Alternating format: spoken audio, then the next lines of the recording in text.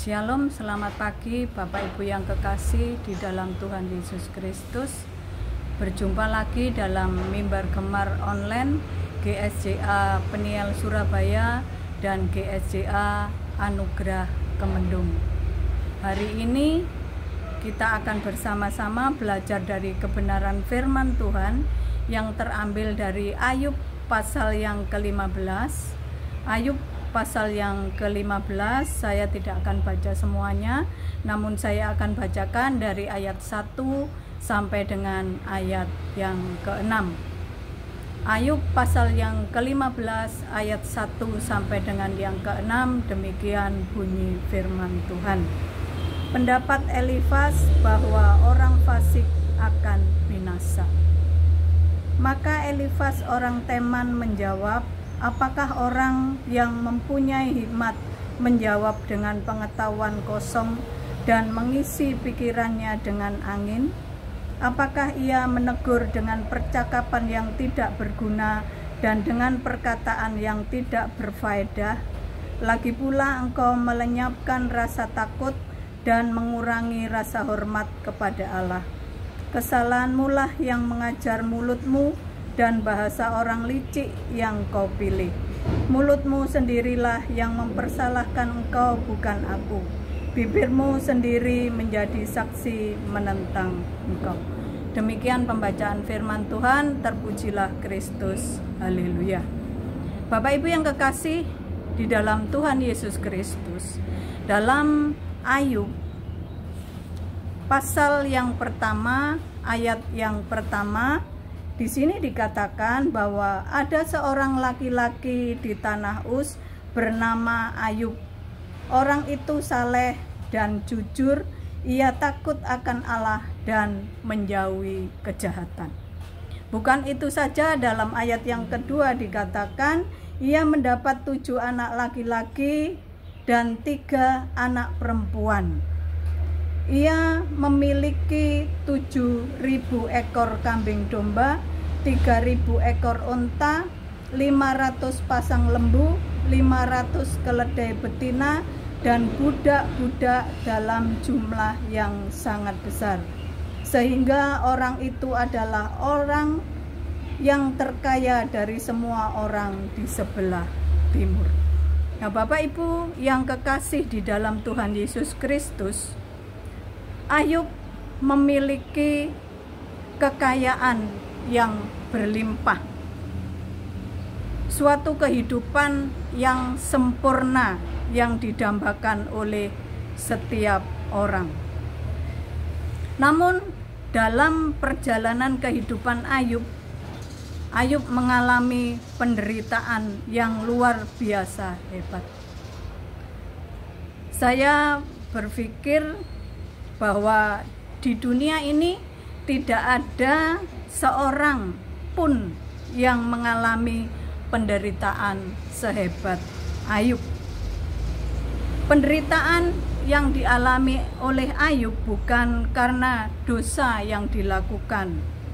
Karena tadi dalam ayat yang pertama, pasal yang pertama, ayat yang pertama dikatakan bahwa Ayub adalah seorang yang saleh dan jujur. Ia takut akan Allah dan menjauhi kejahatan.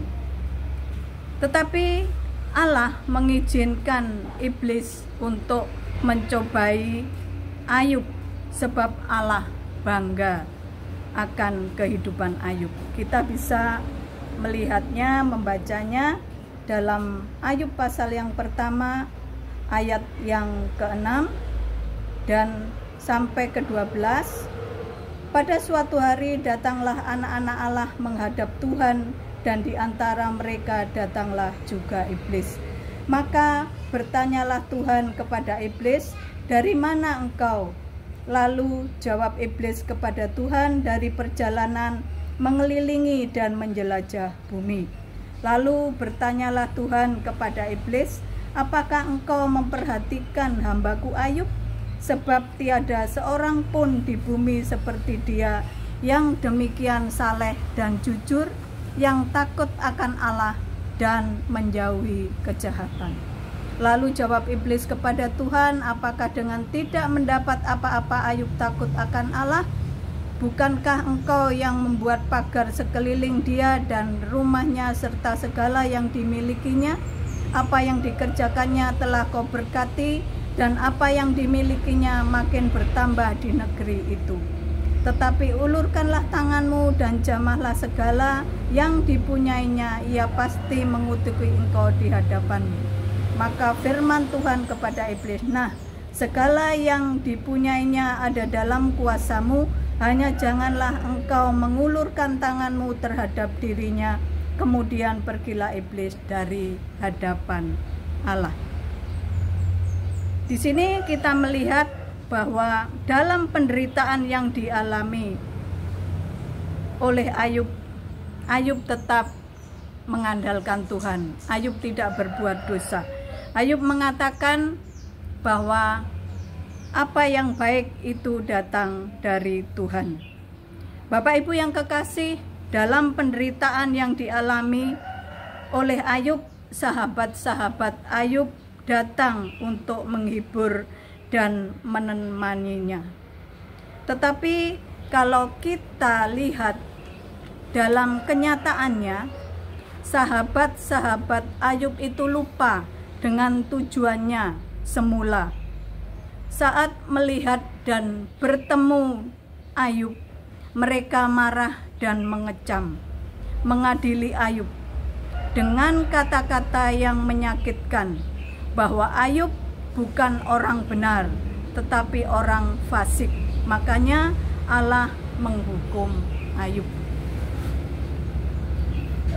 Elifas kalau kita baca 2 kali menghakimi Ayub, yaitu dalam pasal yang keempat dan pasal yang ke-15 pembacaan kita hari ini.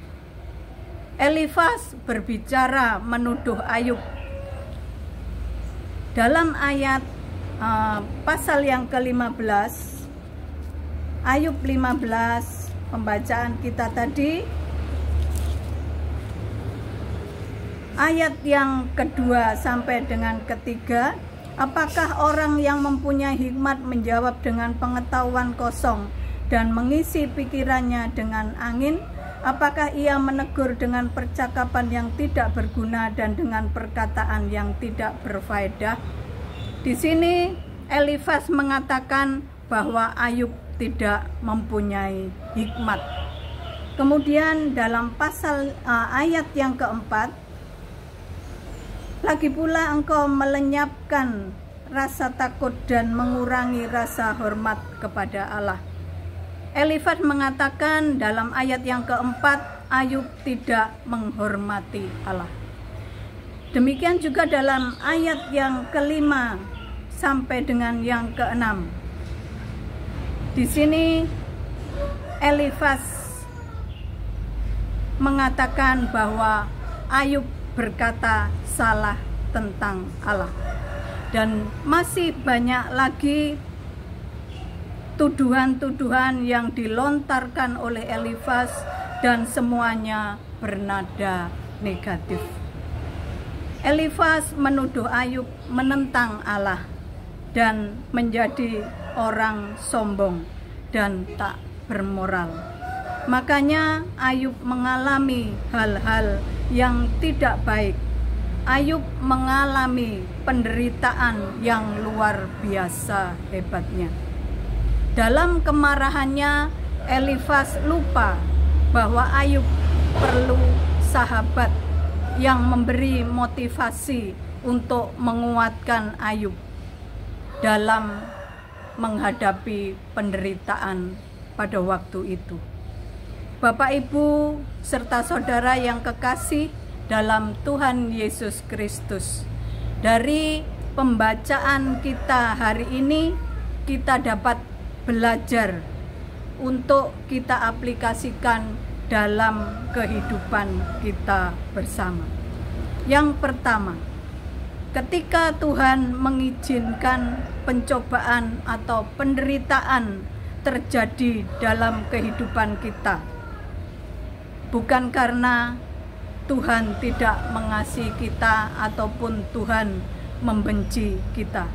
Akan tetapi penderitaan apapun itu macamnya yang Tuhan izinkan dalam kehidupan kita, semuanya itu untuk mendidik kita dan memurnikan iman kita kepadanya.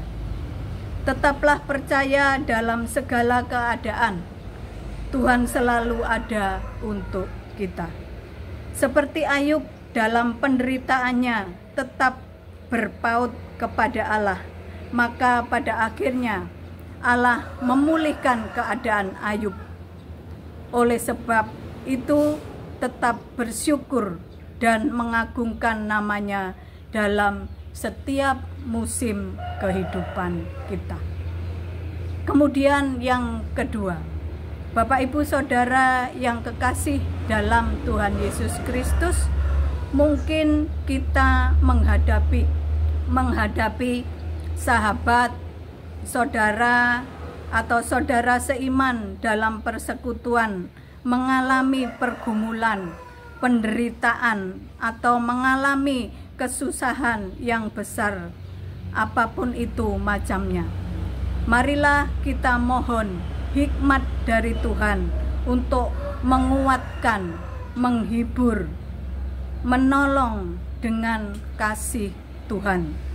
Jangan kita seperti Elifas yang menghakimi, menuduh, menyalahkan, sehingga semakin membuat saudara kita yang dalam pergumulan tidak sejahtera. Hendaklah kita merangkul mereka, mendukung mereka dalam doa, supaya saudara-saudara kita yang dalam pergumulan, dalam situasi sulit, tetap kuat, teguh dalam iman kepada Yesus Kristus. Biarlah kita tidak hanya bersimpati, tetapi kita mempunyai empati kepada mereka yang dalam pergumulan, ikut merasakan penderitaan saudara-saudara kita. Marilah kita menjadi sahabat yang setia, berhikmat, dan penuh kasih untuk saudara-saudara kita, seperti Tuhan Yesus yang adalah sahabat yang setia dalam kehidupan kita. Demikian renungan singkat pada hari ini. Biarlah membuat kita lebih mengandalkan Tuhan dalam setiap keadaan.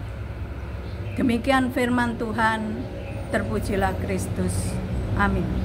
Mari kita bersatu dalam doa. Kami bersyukur kepadamu Bapa di dalam surga, Bapa di dalam nama Tuhan Yesus Kristus, Allah Putra dan Roh Kudus. Biarlah firman Tuhan pada hari ini memberi kekuatan kepada kami, bahwa setiap penderitaan yang kami alami, yang Tuhan izinkan dalam kehidupan kami, untuk mendidik dan memurnikan iman kami. Biarlah Tuhan Engkau memberi kemampuan kepada kami untuk dapat bertahan dalam menghadapi segala keadaan. Demikian juga Bapa, ketika saudara-saudara kami mengalami penderitaan, biarlah kami mendukung mereka dalam doa, merangkul mereka, menghibur mereka dengan kasih yang tulus, yang sejati, seperti kasih-Mu. Biarlah kami ada untuk mereka ya Tuhan. Kami tidak menghakimi dan mengadili mereka, tetapi merangkul mereka dengan penuh kasih. Terima kasih Bapa, terima kasih Tuhan Yesus Kristus. Kami serahkan aktivitas kami sepanjang hari ini, dari pagi hingga malam nanti. Biarlah kasih setia, penyertaan, perlindungan Tuhan ada dalam kehidupan kami. Ajar kami untuk tetap setia dan taat kepadamu. Terima kasih Bapa, hanya di dalam nama Tuhan Yesus Kristus, Tuhan dan Juru Selamat kami yang hidup. Haleluya, amin. Selamat pagi Bapak Ibu yang kekasih, selamat beraktivitas dan selalu bergemar. Tuhan Yesus memberkati kita semua. Amin.